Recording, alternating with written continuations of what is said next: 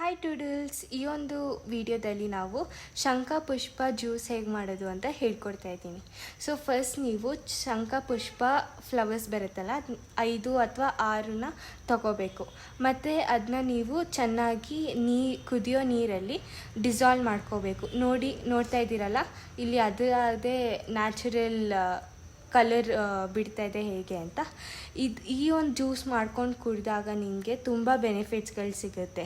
ಏನು ಬೆನಿಫಿಟ್ಸ್ ಅಂದರೆ memory stain ಆಗುತ್ತೆ, ಮತ್ತು ಮೆಂಟಲ್ ಹೆಲ್ತ್ ಇಂಪ್ರೂವ್ ಆಗುತ್ತೆ, ಮತ್ತು ನಿಮ್ಮದು ಹೆಲ್ತಿ ಬೆನಿಫಿಟ್ಸ್ ತುಂಬ ಇರುತ್ತೆ.